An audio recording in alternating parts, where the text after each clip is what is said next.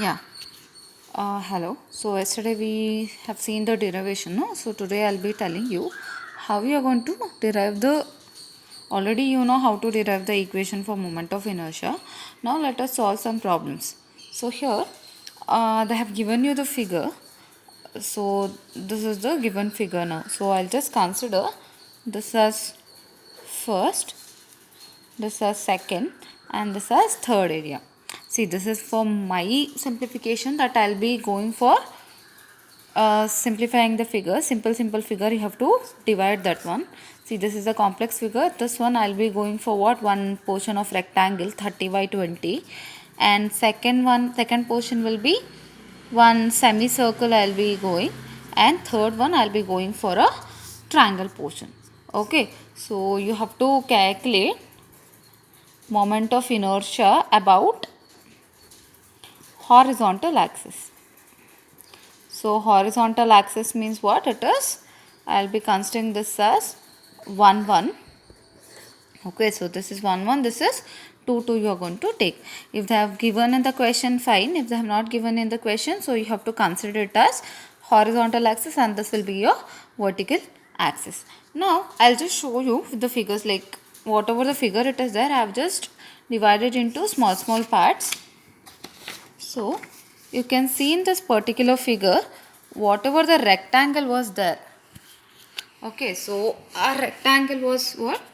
See, our rectangle is 20 by 30 mm, and this is the centroid, like center of the rectangle, that is x1 and y1. Okay, so similarly second portion will be what? Second portion will be a semicircle, and this is the center of the semicircle, and this is the triangle portion, and this is the center of the semicircle.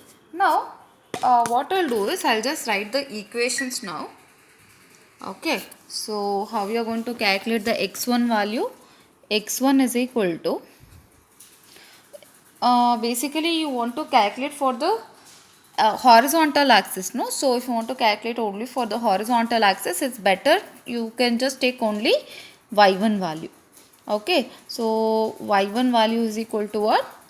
Y1 will be 30 by 2. Okay, so centroid of the rectangle is b by 2 and d by 2. So this is y1. Then here only you just calculate moment of inertia about centroidal axis. Okay, so moment about centroidal axis is equal to what? The equation is bd cube by 12 for a rectangle about centroidal axis. So width is 20. If you see the figure, it is 20 into depth is 30 divided by 12. So it will come around 45,000 mm to the power of 4 you will be getting, and this is 15 mm. Okay, so all these things we are going to tabulate, but before that you just consider, like you just calculate for each and everything. Now second part is what? Second portion is my semicircle. If you see, y2 value is equal to what? This is 30. See, this plus this value. Okay, so from the bottom what is the value? It is basically 0.424 you will be getting, no? So it is 0.424 times of r. So this is a value. Now you just try to calculate. That is 30 plus 0.424 r is radius of this one is see, diameter is 20, so radius will be 10. That is 34.34 mm, and Igx2, that means the moment of inertia about the centroidal axis for a semicircle, it is given by 0.11 times of r to the power of 4. So r value is what? Radius is 10. So you will be getting 1100 mm to the power of 4. Now just go for a triangle portion. So y3 value is equal to what? Y3 value is, it is See, since it is a right angle triangle, it will be b by 3 and d by 3. So d by 3, so d is equal to 30, 30 by 3. So that is 10 you will be getting. Then what is the value of IGXT? That means moment of inertia about the centroidal axis for a triangle portion. It is given by BH cube divided by 36. Okay, so this is the value of the moment of inertia about the centroidal axis for a triangular portion. So it is 10 into 30 cube divided by 36. Okay, so this value is equal to what? You will just calculate, it will be 7,500 unit is mm to the power of 4 you will be getting. Okay, so now what I will do is, I will just tabulate all the values so that it will be easy for you to do. So first thing is component. Okay, then this is component, then area,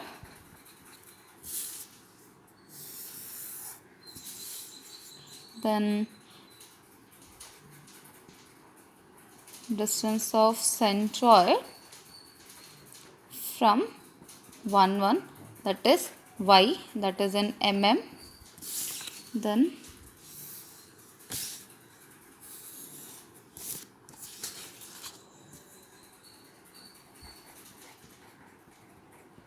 so moment of area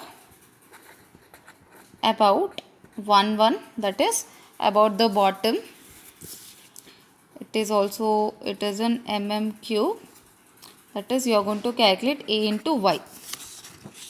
Then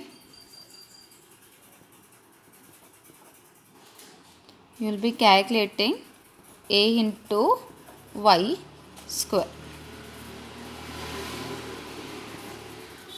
Okay, A into y square, that is also moment, you can just write it, that is moment of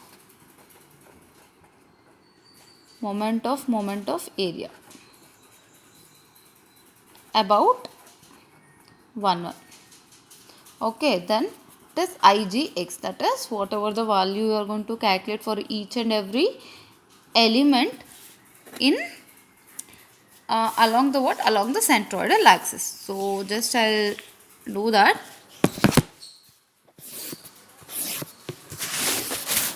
So what we'll do is, we are going to tabulate all the values here. Okay, so I'll just show you. First part is what? For me, the first component is rectangle. Okay, what is the area of the rectangle? You can see it is 30 by 20. 30 into 20. So area of the rectangle is 30 into 20. So what is the value of centroid? That is y1. y1 it is equal to 15. Already we have calculated here. Then a into y you calculate. A into y. So this is 600, no? So 600 into 15 you will be getting 9,000. Then a into y square you calculate. That is 1,35,000 you will be getting. Now what is the value of IGX1? That is 45,000 you got. Okay, so just whatever the tabulation it is there, you just fill it. Now this is rectangle is over. Then what is the second is? Second one is my semicircle. So semicircle, you can see there. What is the area of a semicircle? So area of the semicircle is pi r square by 2, and y value is already we have calculated. Y2 value is 34.34. Then ay values, a into y you have to multiply, so you will be getting 5,075.7 and you will be getting, and ay square you have to do, you will be getting this value. Then finally IGX, that means moment of inertia along the centroidal axis is 1100. Okay, now what is the third one? Third one is a triangle portion. Area of the triangle is half into base into height. Base is, see, this is the base, no? Yeah, just a second. Yeah, so you can see what is the base value. Base value is 10 mm, height is 30. Now what is the y value? Y value is 10. Then a into y is 150 into 10 is 1500. A into y square is, again you are going to multiply with the y. Then moment of inertia about the centroidal axis is, already we have calculated, that is 7500. Okay, so this is the values. Now you have to calculate summation of area. Like you have to add all the area. Since everything we are adding here, so no need to worry. So you are going to add all the values, that is you will be getting 907. Then calculate summation of AY.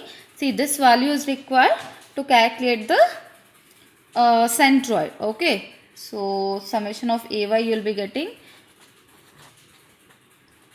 this one, that is you are going to add these three values, like whatever the column is there, column values, so all these common values you are going to add. One thing you have to remember, whenever you have to just consider that area, let it be positive. If you are deducting that area, this should be negative. Then a into y square also you calculate, so that is equal to, you just like add these three values. So then these three values also you add. Igx is equal to, 1 minute. Okay, so I have got all the values now. Now what I have to do is, first you calculate the y bar value. So how you are going to calculate the y bar value? Y bar value is equal to what? That is centroid is equal to summation of AY divided by summation of A. So summation of AY you can see from this tabular column, that is 1,58,007 something you got. 15,875.7. Summation of A is 907. So if you divide this one, you will be getting 17.5 mm. This is the y bar value. So calculate I11. Okay, use the parallel axis theorem. What is the parallel axis theorem? So this is the parallel axis theorem. So this you can just remember, this is the parallel axis theorem. Now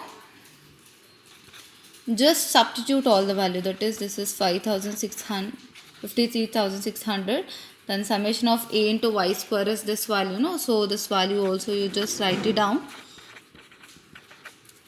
Then so you will be getting I11 is equal to what?